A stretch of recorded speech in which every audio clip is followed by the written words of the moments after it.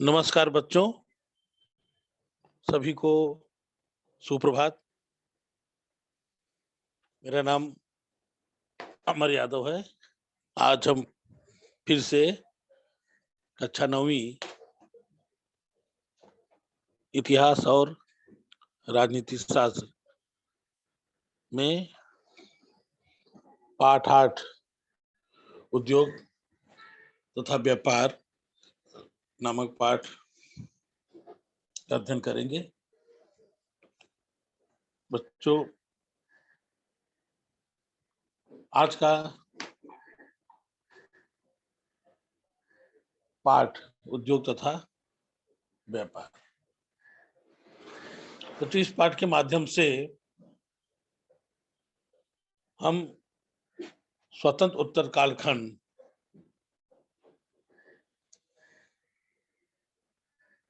के उद्योग तथा व्यापार के संबंध में जानकारी हासिल करेंगे कि उस कालखंड में उद्योग और व्यापार के बारे में जानकारी।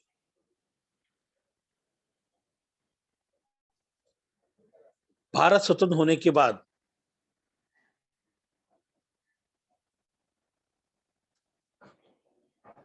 औद्योगिक विकास की गति को देने के लिए 1948 में भारतीय औद्योगिक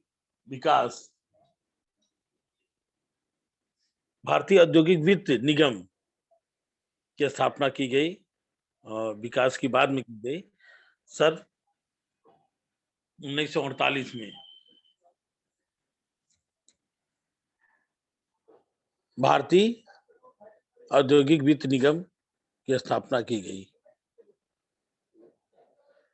अब औद्योगिक परियोजनाओं की दीर्घावधि अधिक समय तक कर्ज, जिसको ऋण कहते हैं, उपलब्ध कराना इस भारतीय औद्योगिक वित्त निगम का काम था कि उद्योग के लिए जो धन लगेगा उसे ऋण देना भारतीय औद्योगिक वित्त निगम का कार्य था। इसीलिए इसकी स्थापना की गई। इसका उद्देश्य यही था कि उद्योग के लिए ऋण देना, ऋण उपलब्ध कराना। उसके बाद बच्चों, हम पढ़ रहे हैं उद्योग तथा व्यापार। 1948 के बाद 1954 में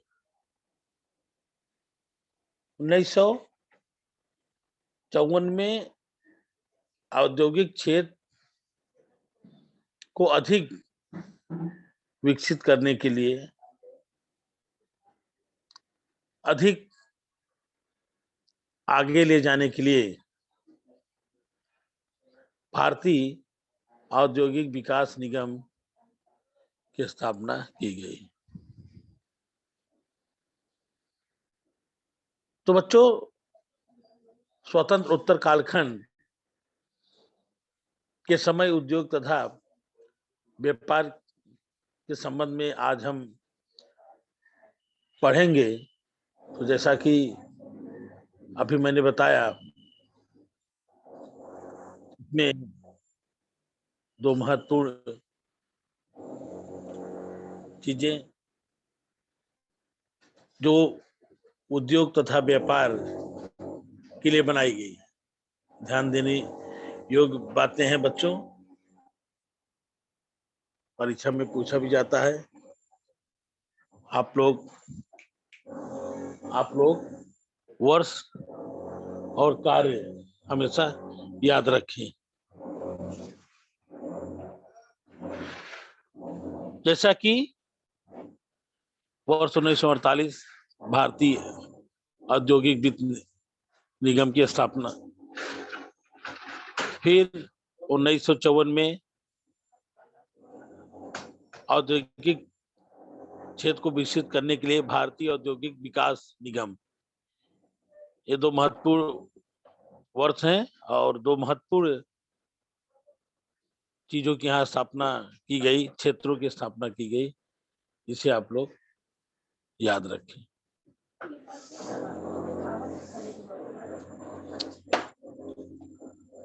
बच्चों,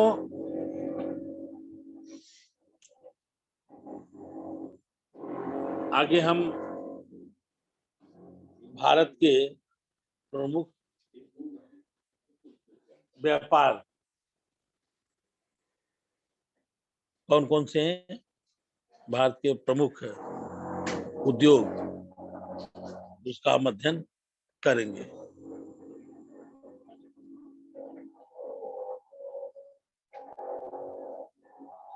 पहला है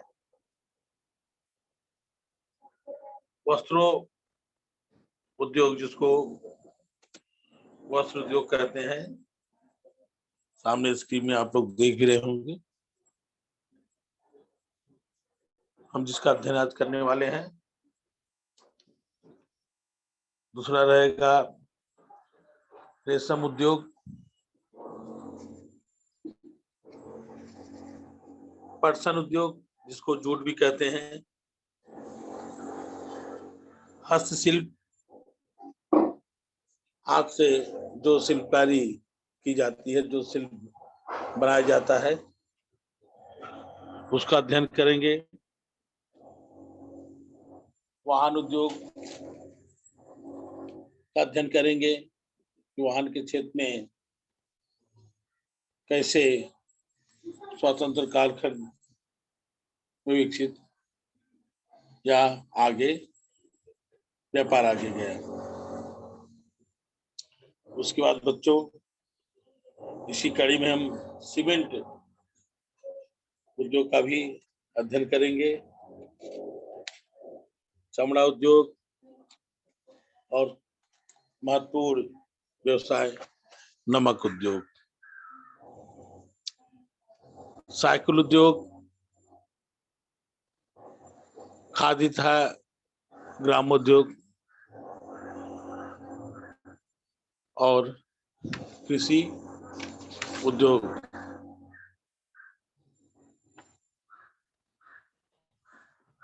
इन टॉपिकों का आज हम, हमारे जो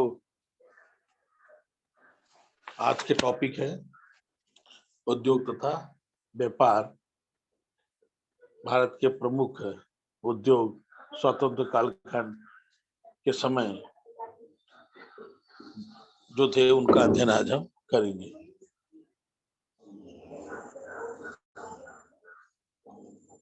तो बच्चों, भारत के प्रमुख उद्योग में पहले वस्त्र उद्योग आता है।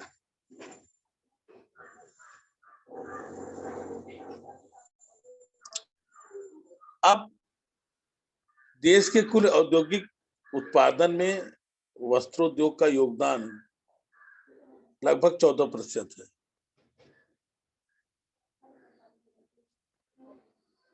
देश का जो औद्योगिक उत्पादन है, उसमें वस्त्र उत्पादन का योगदान लगभग 14% है।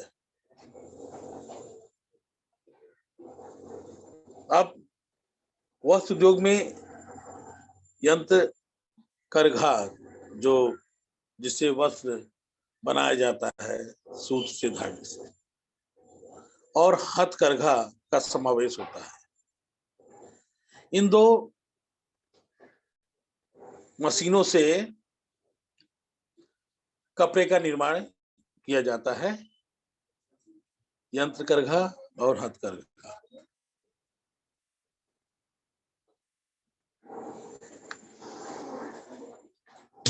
हथकरघा उद्योग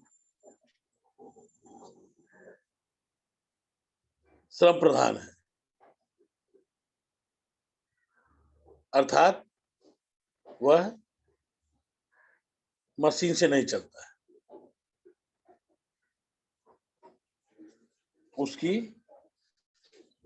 उसका जो कार्य है, उसमें जो सूत बनाया जाता है, आप लोग देखे भी होंगे, मैंने पीपीटी में तो यंत्र करघा से बने हुए वस्त्र दिख रहे हैं, लेकिन हथकरघा हाथ से चलाया जाता है, समावेश होता है, जिसे आप लोग इसके पहले की कक्षाओं में हथकरघा देखे होंगे। यह श्रम प्रधान है, अर्थात जिसे हम अपनी मेहनत से चलाते हैं, यंत्रों से नहीं चलता है। उसके बाद टेक्सटाइल कमेटी एक्ट इसी कड़ी में 1963 ईस्वी में बनी।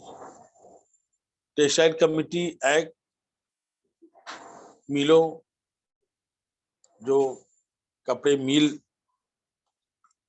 भारत में खासकर मुंबई जैसे शहर में थे या अन्य जगहों पर रहे होंगे, तो टेक्सटाइल एक्ट नियम एक कमेटी एक्ट बनी 1963 में, जिसके अनुसार वस्त्रोद्योग समिति की स्थापना की गई और यह समिति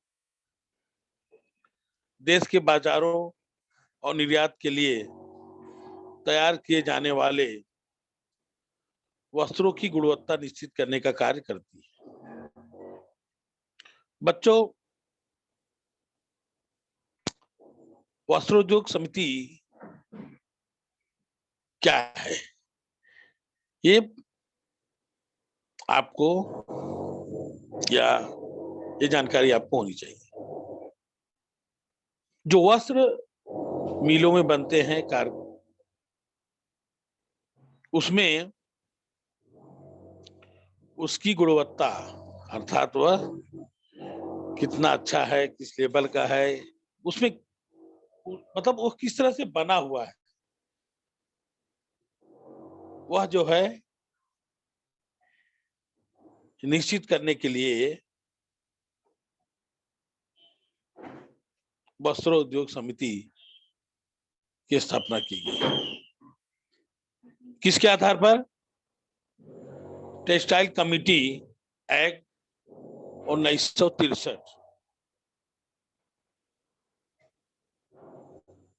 1963 में जो टेक्सटाइल एक्ट कमेटी एक्ट है, उसके अनुसार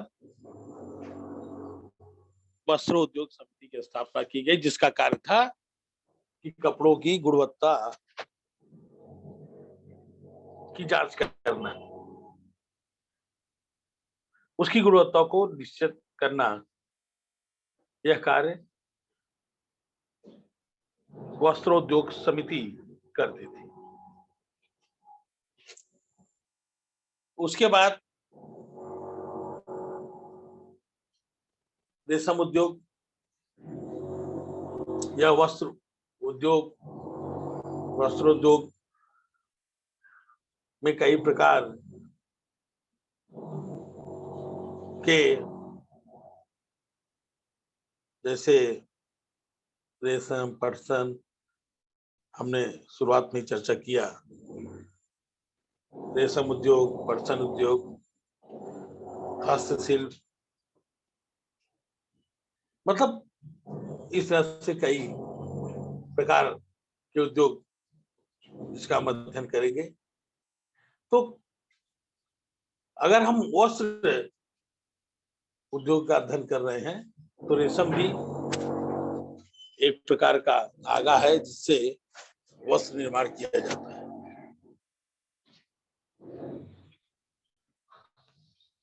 रेशम उद्योग, इस उद्योग का कार्य वस्त्र उद्योग मंत्रालय के अंतर्गत चलता है। हमारे भारत सरकार में जो वस्त्रोद्योग मंत्रालय है, उसके अंतर्गत यह वस्त्र उद्योग का कार्य चलता है। कहने का अर्थ क्या है कि वस्त्र उद्योग मंत्रालय जो है वह जो इस कार्य पर निगरानी रखता है।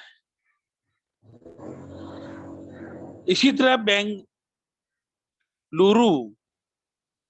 की सोरियो बायोटिक रिसर्च लेबोरेटरी, बच्चे सभी ध्यान देंगे, बहुत महत्वपूर्ण है यह टॉपिक। तो बेंगलुरु की सेरिया बायोटिक रिसर्च लेबोरेटरी जो है उसमें रेशम के कीड़े की प्रजातियों और शहतूत के वृक्षों पर अनुसंधान किया जाता है। रेशम बहुत महंगा और बहुत ही मुलायम कपड़ा होता है बच्चों,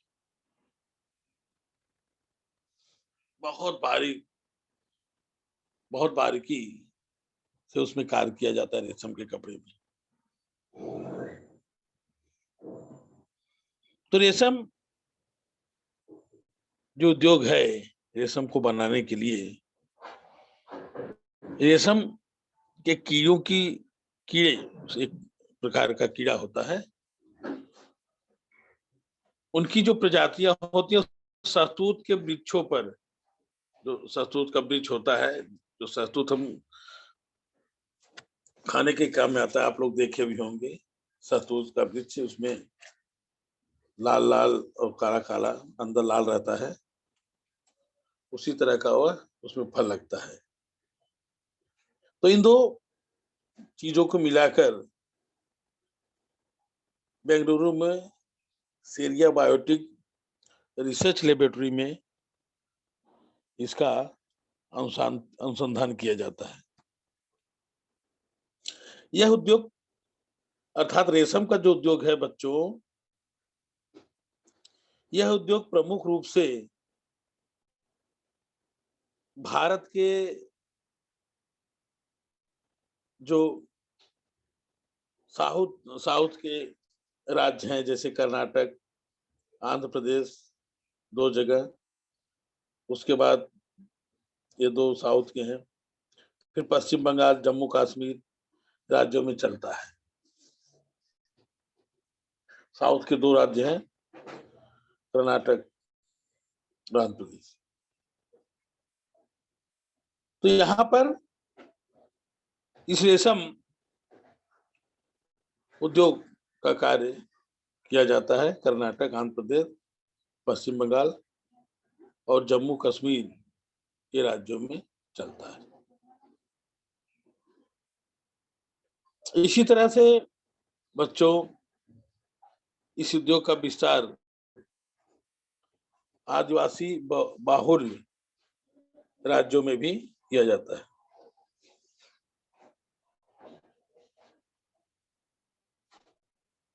आदिवासी जो बाहुल क्षेत्र हैं वहां पर इसका व्यवसाय या इसका निर्माण किया जाता है, रेशम उद्योग का। आगे बच्चों हम देखेंगे पटसन, जिसको हम जूट भी कहते हैं, पटसन जूट उद्योग।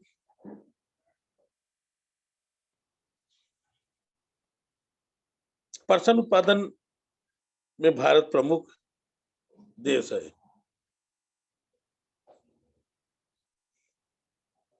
सामने स्क्रीन दिख रहा है, पटसन के पेड़ खेती दिख रही है, क्योंकि भारत में खेती होती है किसकी, पटसन की।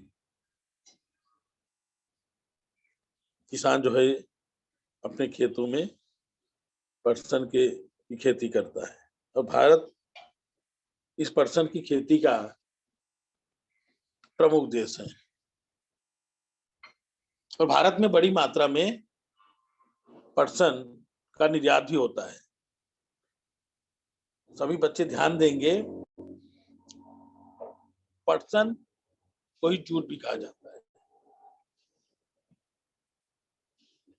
तो भारत में बड़ी मात्रा में पटसन का निर्यात होता है।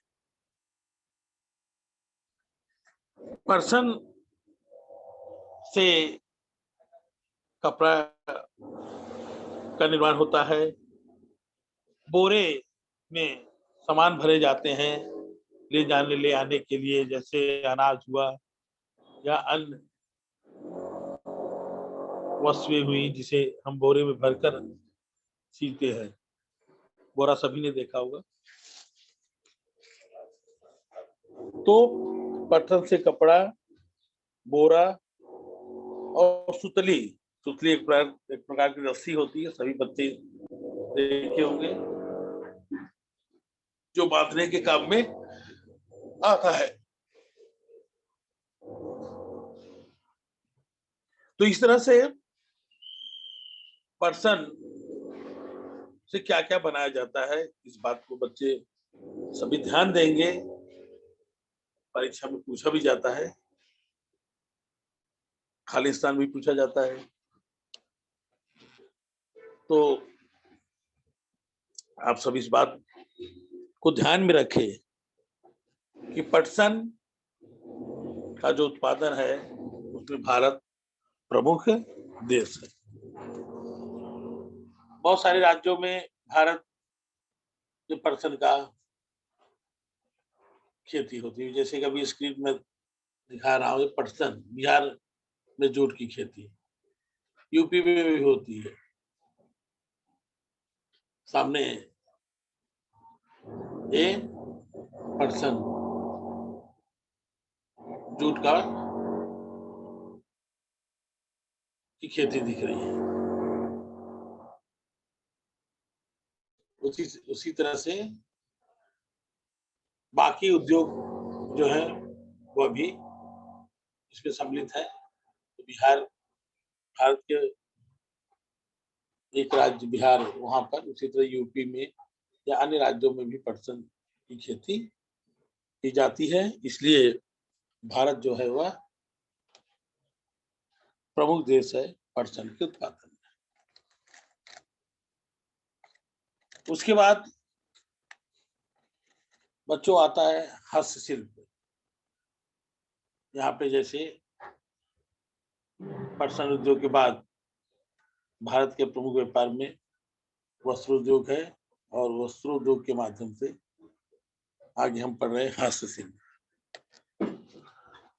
बच्चों, हस्तशिल्प यह श्रम प्रधान है, यह व्यवसाय श्रम प्रधान है।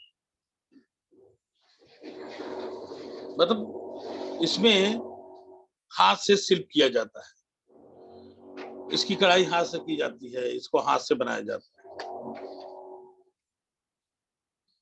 अधिक रोजगार क्षमता, कम निवेश, अधिक लाभ, निर्यात को प्रधानता और अधिक विदेशी मुद्रा के कारण हस्तशिल्प क्षेत्र में शिल्पकारों को रोजगार मिला है।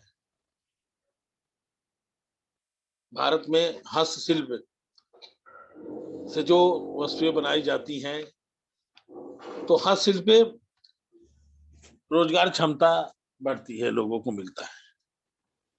इसमें अधिक लाभ और निर्यात की प्रधानता भी रहती है, और इससे हमारे पास विदेशी मुद्रा भी आता है। तो हस्तशिल्प के जो शिल्पकार हैं, इस क्षेत्र के जो शिल्पकार हैं, उन्हें रोजगार भी मिलता है। आप लोग देखे होंगे हाथ से बने हुए बहुत सी वस्तुएं हैं जिसे हमारे देश में नहीं वरन यहाँ पर जो पर्यटक विदेशी आते हैं वह भी इसे खरीदते हैं। इसलिए यह बहुत महत्वपूर्ण है, और निर्यात होने पर विदेशी मुद्रा भी भारत में आता है। अब ग्रामीण एवं शहरी क्षेत्रों के कारीगरों को बाजार में काम उपलब्ध करवा देने के लिए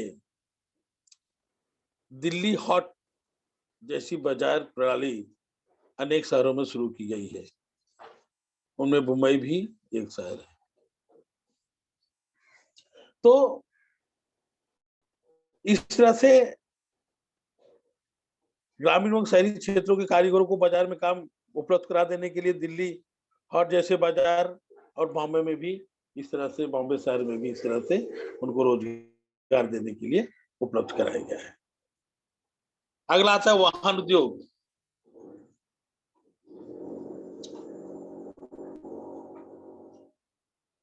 वाहन उत्पादन में भारत प्रमुख देश है। भारत से 40 देशों में वाहन निर्यात किए जाते हैं। भारत के वाहन उद्योग को सनराइज क्षेत्र कहा जाता है। इसे सभी बच्चे याद रखेंगे। भारत के वाहन उद्योग को सनराइज क्षेत्र कहा जाता है। भारत का ट्रैक्टर उद्योग विश्व में सबसे बड़ा उद्योग है तथा विश्व के 1/3 ट्रैक्टरों का उत्पादन भारत में होता है। भारत के ट्रैक्टर तुर्किस्तान, मलेशिया, अफ्रीका महाद्वीप के देशों में निर्यात किए जाते हैं। यहाँ का जो कृषि कार्य के लिए ट्रैक्टर का प्रयोग किया जाता है उसका निर्माण भारत में होता है। सीमेंट, उसके बाद बच्चों सीमेंट उद्योग गृह निर्माण और बुनियादी संरचना के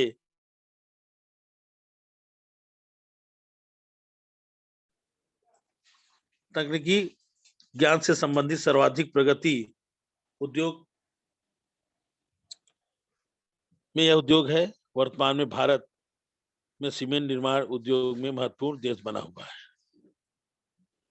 भारत सीमेंट उद्योग के लिए महत्वपूर्ण देश बन गया है। उसके बाद चमड़ा उद्योग, यह भारत का सबसे बड़ा तथा निर्यात अभिमुख उद्योग है। उसके बाद नमक उद्योग, भारत नमक उद्योग में भी प्रमुख देश रहा है। भारत में नमक का वार्षिक उत्पादन लगभग 200 लाख टन होता है। आयोडीन युक्त उत्पादन 60 लाख टन होता है। तो भारत नमक उद्योग का प्रमुख देश है। 200 लाख टन और आयोडीन युक्त का उत्पादन 60 लाख टन भारत में किया जाता है। उसके बाद साइकिल उद्योग, सभी बच्चे आप जानते हैं साइकिल उत्पादन में भारत विश्व में अक्सर है। पंजाब और तमिलनाडु राज्यों में साइकिलों का उत्पादन अधिक मात्रा में होता है। पंजाब के लुधियाना शहर देश का प्रमुख साइकिल उत्पादन केंद्र है। Bharat Nigeria, Mexico, Kenya, Uganda, Brazil आदि देशों में साइकिल निर्यात करता है। यह साइकिल उद्योग के प्रमुख देश और जिसमें भारत में लुधियाना शहर यह साइकिल उत्पादन का केंद्र है। खादी तथा ग्रामोद्योग, भारत के उद्योग में यह भी एक महत्वपूर्ण है। खादी तथा ग्रामोद्योग ग्रामीण भाग के औद्योगिकरण को बढ़ावा देने के लिए खादी तथा ग्रामोद्योग आयोग की स्थापना की गई थी। जो ग्रामीण क्षेत्र है, गांव के औद्योगिकरण को बढ़ावा देने के लिए खादी ग्रामोद्योग की स्थापना की गई थी। अब जो हमारे गांव के क्षेत्र हैं उसमें क्या होता है बच्चों की, यह एक पारंपरिक उद्योग है, हस्त उद्योग है, कुटीर उद्योग है तथा स्थानीय स्तर पर उपलब्ध साधन सामग्री तथा मानव संसाधन का उपयोग में लाने वाले लघु उद्योगों का विकास हो तथा रोजगार निर्मित के माध्यम से गांव स्वावलंबी बने, इस आयोग के प्रमुख उद्देश्य थे। जो खादी ग्रामोद्योग है, यह गांव में लोगों को रोजगार मिले, पारंपरिक उद्योग, हस्त उद्योग या कुटीर उद्योग जो भारत में है, इस तरह से के उद्योग को बढ़ावा देने के लिए भारत में खासकर गांव को स्वावलंबी बनाने के लिए, खुद स्वावलंबी बने, इस उद्योग की स्थापना की गई। मुख्य उद्देश्य भी था इस उद्योग। उसके बाद आता है भारत में कृषि उद्योग। हमारा भारत कृषि प्रधान देश है बच्चों, इस बात को आप ध्यान देंगे। हमारा भारत कृषि प्रधान देश है। भारत में पारंपरिक तथा आधुनिक पद्धति में कृषि की जाती है। कृषि में अनेक कार्य बैल की सहायता से भी किए जाते हैं। उसी तरह जुताई बुआई से लेकर कटाई मड़ाई आदि कार्य यंत्रों द्वारा किए जा रहे हैं। भारत में ग्रामीण क्षेत्र का प्रमुख व्यवसाय कृषि और कृषि पर आधारित अन्य कार्य हैं। गांव देहातों में कृषि तथा पशुपालन व्यवसाय चलता है। कृषि के कार्य और कृषि उत्पादन पर 70% समाज निर्भर रहता है। भारत में किसान कृषि कार्य के लिए 70% जो समाज है वह है इस पे अवलंबित है, उनका जीवन यापन इससे चलता है। कृषि उद्योग में पुरुषों के साथ महिलाओं का भी बहुत बड़ा योगदान होता है। जो हमारे किसान भाई हैं वहां पर पुरुष के साथ साथ महिलाएं भी किसान खेती में काम करती हैं। और बच्चों याद रहे कि भारत जो है वह कृषि प्रधान देश है। हमारा देश गांव का क्षेत्र है, इसलिए 70% जो हमारी आबादी है वह जो है गांव में बसती है। भारत में कृषि व्यवसाय विविध मौसमों में चलता है। खेतों में अनेक तरह की फसलें ली जाती है। प्रमुख रूप से ज्वार, गेहूं, चावल, दाल, तिलहन का उत्पादन किया जाता है। हमारे गांव के जो क्षेत्र है, जो किसान है भाई हैं, वह प्रमुख रूप से ज्वार, गेहूं, चावल, दाल, तिलहन आदि का उत्पादन करते हैं, जो कि हमारे लिए मुख्य है। चाहे हम शहर में रहे चाहे गांव में रहे, हमें यह मुख्य रूप से हमारे भोजन रोज की दिनचर्या के भोजन है। तो किसान की जो ये फसल उगाता है वह ग्रामीण क्षेत्र के साथ साथ शहरी क्षेत्र में जहां पर खेती नहीं होती है वहां पे खाने के लिए इन अनाजों को भेजा जाता है। उसी के साथ साथ किसान जो है कपास और गन्ना का भी उत्पादन करता है। तो कपास जो होता है वह कपड़ा उद्योग के काम में आता है। साथ साथ गन्ना का उत्पादन होता है और गन्ने से ही शक्कर का निर्माण किया जाता है। और शक्कर कहाँ कहाँ उपयोगी है, शक्कर से क्या क्या बनता है, नाना प्रकार की मिठाइयाँ बनती हैं। तो जो मीठी वस्तुएं है बनाई जाती हैं, आप सब जानते हो, उसका उपयोग किया जाता है। तो कपास और गन्ने भी हमारे भारत के जो किसान हैं उसका उत्पादन करते हैं। कृषि से ही फलों और साग सब्जियों का बड़ी मात्रा में उत्पादन होता है। वर्तमान में इस पर प्रक्रिया करने वाले अनेक उद्योग चल रहे हैं। कृषि से मनुष्य की मौलिक आवश्यकताओं की भी पूर्ति होती है। कृषि व्यवसाय को प्रोत्साहन देने के लिए ग्रामीण क्षेत्रों में बैंक और सहकारी संस्थाओं द्वारा ग्रामीण क्षेत्र में बैंक और सहकारी संस्थाओं द्वारा किसानों को ऋण दिया जाता है। इससे उन्हें खेती करने के लिए जो ऋण दिया जाता है, तो ऐसी जो सरकारी संस्थाएं बनी हैं ग्रामीण क्षेत्र के, खासकर गांव ग्रामीण बैंक है, जैसे गोमती ग्रामीण बैंक हुआ, इस तरह के बैंक जो है वो किसानों के लिए है। उसके बाद जो कृषि के लिए जो औजार होते हैं या जो पंचायत समिति होती है, वह इस तरह की कृषि संबंधी सुधार और प्रशिक्षण योजना, कृषि सैर और किसान सम्मेलन जैसी योजनाओं का आयोजन करती है पंचायत समिति। और कृषि औजारों, बीजों और खादों की आपूर्ति भी की जाती है। इन्हीं के माध्यम से कृषि विश्वविद्यालय के विस्तार सेवा विभाग द्वारा किसानों को मृदा परीक्षण, फलोद्यान, नर्सरी, मत्स्य व्यवसाय, मुर्गी पालन, बकरी पालन, गाय भैंस पालन, दूध व्यवसाय का भी प्रशिक्षण दिया जाता है। जिला व्यवसाय मार्गदर्शन संस्था की ओर से मार्गदर्शन दिया जाता है। उत्पादित माल के संग्रह हेतु गोदाम, जिसको हम वेयर हाउस कहते हैं, निर्माण के लिए आर्थिक सहायता दी जाती है। तो भारत खाद्यान्न उत्पादन और फसल पद्धति में आत्मनिर्भर हो रहा है। भारत में टपक सिंचन और जैविक कृषि जैसी आधुनिक पद्धति में कृषि की जाती है। तो जो भारत के कृषि किसान हैं, वह इस तरह की खेती करते हैं और उनकी खेती को अधिक से अधिक मात्रा में बढ़ाने के लिए, उपजाऊ बनाने के लिए, कृषि क्षेत्र में अच्छे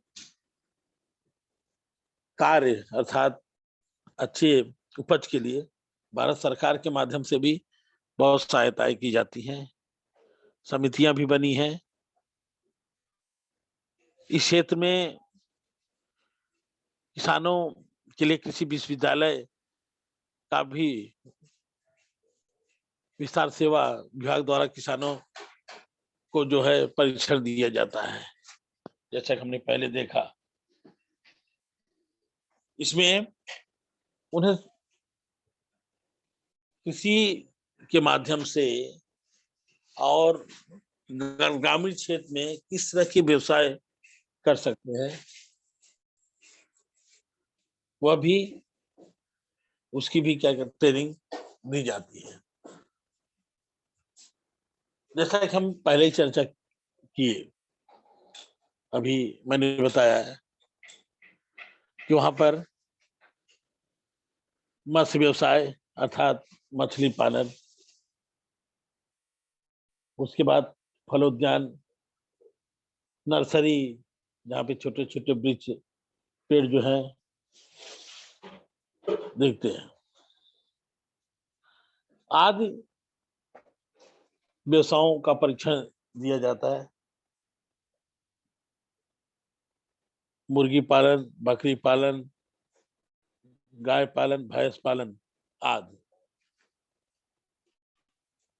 तो इसके माध्यम से गांव के जो समिति हैं और भारत सरकार के माध्यम से बहुत प्रकार की सुविधाएं जो है किसानों को उपलब्ध कराई जाती है। उसके बाद भारत सरकार की नीति उद्योग और व्यापार के माध्यम से क्या थी, जैसे चौथी पंचवर्षीय योजना की नीति अवधि में जो पंचवर्षीय योजना थी, उसमें जो चौथी पंचवर्षीय योजना थी भारत सरकार द्वारा, उसमें चौथी पंचवर्षीय योजना की नीति अवधि में कागज उद्योग, औषधि उद्योग, मोटर ट्रैक्टर उद्योग, कपड़े की वस्तुएं, वस्त्रोद्योग, खाद्य पदार्थों की प्रक्रिया उद्योग, तेल, रंग, शक्कर आदि उद्योगों का पर ध्यान केंद्रित किया गया है। वर्ष 1970 में औद्योगिक अनुज्ञप्ति नीति के अनुसार 5 करोड़ रुपए से अधिक निवेश लगाने वाले सभी कारखानों भारतीय उद्योग क्षेत्र में लाना निश्चित किया गया।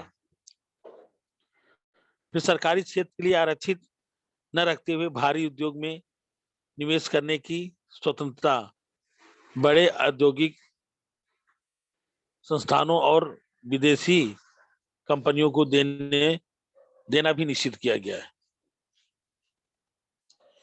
इसी नीति के अनुसार वर्ष 1972 के अंत तक सरकारी पंजीयन कार्यालय में 3,18,000 लघु उद्योग पंजीकृत किए गए।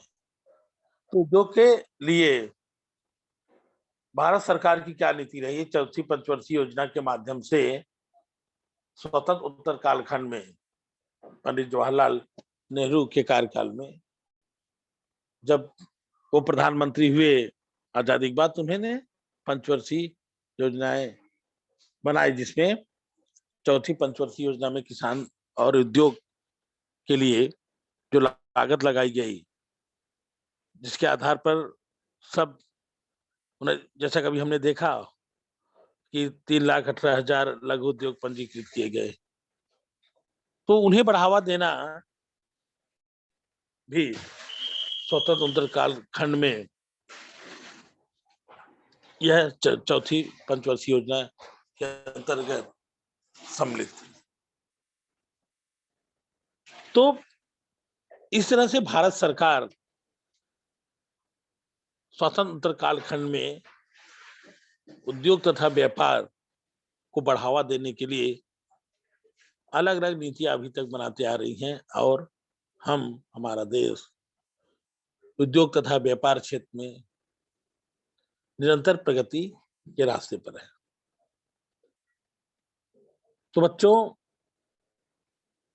भारत के प्रमुख उद्योग का हम अध्ययन कर रहे हैं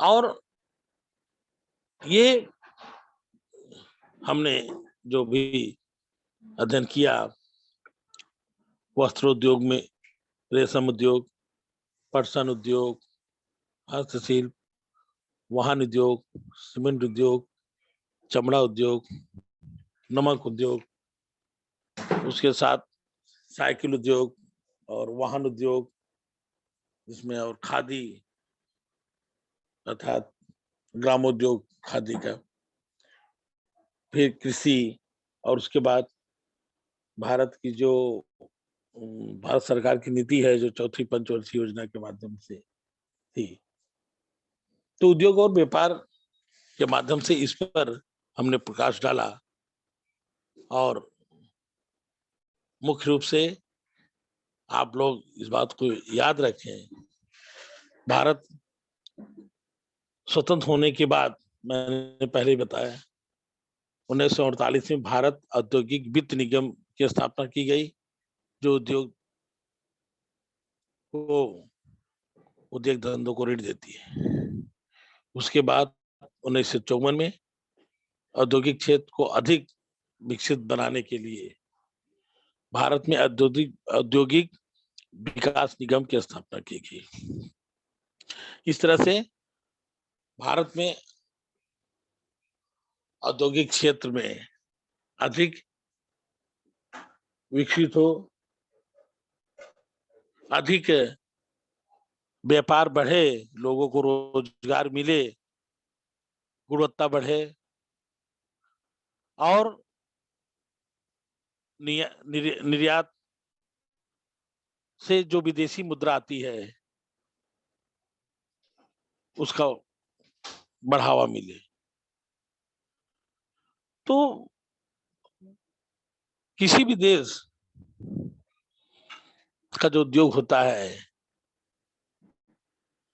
उस उद्योग के माध्यम से रोजगार और आर्थिक विकास दोनों अवलंबित रहते हैं। रोजगार के अवसर उपलब्ध होते हैं और आर्थिक क्षेत्र में भी हम विकसित होते हैं। तो भारत में जो उद्योग और व्यापार स्वतंत्र उत्तर कालखंड के बाद जो कार्यक्रम किए गए या भारत के जो प्रमुख उद्योग थे, उनके माध्यम से भारत में रोजगार लोगों को मिलना, खासकर ग्रामीण क्षेत्रों में जो कृषि उत्पादन है उस पर विशेष भारत सरकार का ध्यान रहा है। उसी तरह से अन्य जो उद्योग थे उनका उत्पादन कहाँ अधिक होता है, उनके लिए कौन से एक्ट बनाए गए, कपड़े के लिए या रेशम कहाँ किन राज्यों में अधिक उसका उत्पादन होता है, इस तरह से वाहन, हस्तशिल्प सभी उस समय के जो उद्योग थे उनका अधिक से अधिक उन्हें बढ़ावा देना और उनके लिए अधिक से अधिक सुविधा उपलब्ध कराना, यह भी भारत सरकार के लिए प्रमुख कार्य था। परंतु बच्चों, हमें विशिष्ट रूप से जो प्रमुख उद्देश्य भारत के प्रमुख उद्योग हैं, उनका नाम आप सभी याद रखेंगे। उन उद्योगों का, उनके बारे में पूछा जाता है, खाली स्थान में भी पूछा जाता है और संक्षेप में भी पूछा जाता है, इसलिए महत्वपूर्ण टॉपिक है। इसे जितने भी प्रमुख उद्योग हैं, उन्हें आप लोग याद रखें। उनके बारे में कि राज्यों में हैं, जैसे पटसन का है, रेशम का है, वो कौन कौन से राज्यों में अधिक उत्पादन होता है भारत के, ये यहाँ पर में याद रखने की जरूरत है। पटसन का हुआ, रेशम का हुआ, तो इस तरह से यह एक महत्वपूर्ण टॉपिक है। इसे जितने भी प्रकार हैं वस्त्र उद्योग के, प्रमुख भारत के कौन कौन से उद्योग हैं, इसे सभी याद करेंगे और उनके बारे में भी जानकारी अधिक से अधिक हासिल करें, ताकि परीक्षा में उसके बारे में अधिक से अधिक लिख सके। आगे जो भारत सरकार की चौथी पंचवर्षीय योजना की नीति थी, उसे भी आप लोग पढ़ें और पाठ को 2 बार कम से कम पढ़ें, जिससे एक छोटी छोटी चीजें जो है वह दिमाग में आ जाती है। यहाँ पे अपना टॉपिक पूरा होता है बच्चों, भारत के प्रमुख उद्योग। अब इसमें से आप लोग पढ़ें और कुछ भी जो डाउट प्रश्न है कभी भी आप लेक्चर में आप पूछ सकते हैं, या वर्तमान समय में भी। अभी भी आप अगर कुछ पूछना चाहते हैं तो पूछ सकते हैं। कोई डाउट आपके मन में हो इन टॉपिकों के ऊपर, तो आप इसके बारे में प्रश्न कर सकते हैं। उद्योग तथा व्यापार, जो भारत के प्रमुख उद्योग हैं, इसके बाद अगर इसमें से कोई टॉपिक ऐसा लगता है तो आप उसके बारे में पूछ सकते हैं। हाँ, नंदिनी शर्मा का हाथ उठा हुआ है, क्या पूछना बेटा? नंदिनी शर्मा, एक हाथ दिख रहा है। सर, हाँ नमस्कार बेटा। Good morning sir. Good morning. Sir, ये जो जूट है आप दिखा रहे थे, इससे भी रेशम बनता है? देखो, जो जूट का उत्पादन होता है ना, वो अलग है, रेशम उद्योग अलग है। हाँ, समझिए। ये जूट को ही पटसन बोलते हैं, इसकी खेती गांव होती है। आप देखी होगी कि इसकी खेती बड़ा बड़ा हो जाता है, इसको क्या करते हैं कि सुखाते हैं, पानी में डाल देते हैं, पानी में डालकर जब लाते हैं तो उसको एक निकालते हैं, मालूम है? वही होता है जूट। मतलब रेशम अलग है। हेलो बेटा, रेशम अलग है, जो कि रेशम के कीड़े होते हैं। और जो शहतूत एक प्रकार का वृक्ष होता है, शहतूत का वृक्ष आप गांव में देखी होगी, खाई भी होगी, जिसको तूत कहते हैं। दूध खाइए सर। हाँ देखो, उसमें लाल लाल निकलता है तो खून जैसा। हाँ, एक छोटा सा होता है, एक खिलौने जैसे बड़ा होता है, जलेबी के आकार का। हाँ, आप देखी होंगी। वो सहतूत, समझ गई। तो ये जो रेशम का उद्योग है, रेशम कपड़ा, वो उसके एक अलग से रिसर्च होता है, जिसकी लाइब्रेरी वहां बेंगलुरु में है, जिसको सेरिया बायोटिक रिसर्च लेबोरेटरी कहते हैं। तो वहां पे जो रेशम के कीड़े होते हैं ना, उसको पर उन प्रजातियों को और सहतूत के जो वृक्ष होते हैं उन पे अनुसंधान करके वो रेशम बनाया जाता है, बराबर। और ये पटसन हाँ एक सर। प्रकार का है, पटसन का अलग प्रकार का कपड़ा होता है, मालूम नहीं। वो भारत के जो में सबसे अधिक पैदा होता है, और जिसमें बिहार है, यूपी है, यहाँ पे इसकी खेती की जाती है, जैसा कि अभी मैंने चित्र में दिखाया, मालूम है। तो हाँ सर। पटसन से मुख्य रूप से कपड़ा बनता है, पटसन का बोरा बनता है। बोरा जो देखो हम लोग देखते हैं जिसमें अनाज रहता है, हाँ, वो ब्राउन कलर का जो गोनी रहता है, थोड़ा कपड़े टाइप में। हम गोनी कहते हैं, जिसमें अगर हम अनाज लेने जाते हैं दुकान पे देखते हैं गोनी, या क्या कहते हैं गांव में जो गेहूं चावल भरा जाता है जिसमें, वो जो हाँ है हाँ। पटसन की जो जो क्या कहते हैं होता है, उससे बनाने के काम में आता है। और सुतली, सुतली मतलब बांधने वाला खटिया जो, पे सुतली। हाँ, सुतली का प्रयोग किया जाता है। ग्रामीण क्षेत्रों में उसको खाट में भी लगाते हैं, खटिया बनाते हैं, और प्लस क्या कहते हैं बांधने का भी काम होता है। तो पटसन अलग है, रेशम अलग है। अभी समझ में आया? हाँ सर।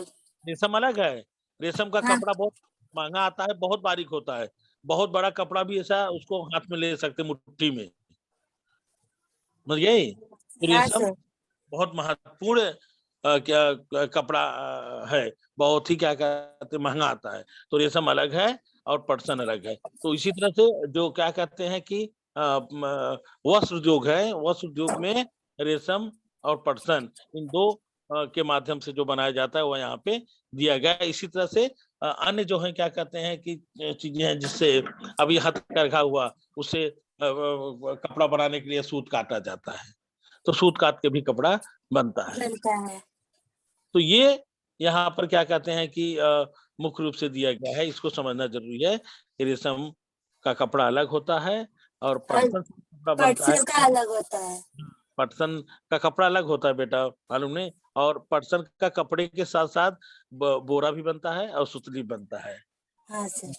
और वो बहुत महंगा नहीं होता है, लेकिन फिर भी वह कपड़े जो होते हैं मोटे होते हैं। तो पटसन का प्रयोग जो है कपड़ा बनाने और सुतली के में किया जाता है। अब और कुछ बेटा, नंदिनी नहीं कौन सी? सर, हाँ नहीं सर, समझ में आ गया, थैंक यू सर। हाँ, और कुछ पूछना चाहते हो आप पूछ सकते हो। और कोई बच्चा, और कोई विद्यार्थी, भारत के जो प्रमुख उद्योग अभी हमने अध्ययन किया, मैंने समझाया, उसके माध्यम से अगर कोई छात्र कुछ पूछना चाहता है तो पूछ सकता है, चाहे वह वस्त्र उद्योग में रेशम उद्योग हो, या पटसन उद्योग हो, या हस्तशिल्प है, वाहन उद्योग है। इसमें से कुछ ऐसा, जैसा कभी नंदिनी ने पूछा, कोई टॉपिक ऐसा लग रहा हो जो तुम्हें दिमाग में थोड़ा सा भी शंका हो, तो उसे आप तुरंत पूछ सकते हो, और उसको अगर किताब पढ़ोगे तो तुम्हें अच्छी तरह समझ में आ जाएगा। सभी किताब पढ़ने की आदत डालें, क्योंकि अगली कक्षा जो है 10वीं है, वह आपको क्या करने अच्छी तरह से कोई भी टॉपिक को समझने में आसानी होगी। तो कोई और छात्र कोई प्रश्न पूछना चाहता है? भारत के प्रमुख उद्योग। किसी के रेज हैंड नहीं है सर, अभी क्लास एंड कर दीजिए सर। ओके सर, सभी को ओके। धन्यवाद सर। आपको भी धन्यवाद, हमारे जितने भी साथी हैं सबको धन्यवाद, बच्चों को भी धन्यवाद। इसी तरह से हम अगले लेक्चर में फिर मिलेंगे, और एक नया टॉपिक लेकर। मैं सभी का आभार प्रकट करना चाहता हूं, खासकर जो हमारे टेक्नीशियन हैं उनको विशिष्ट आभार। धन्यवाद sir, goodbye. Okay, thank you sir.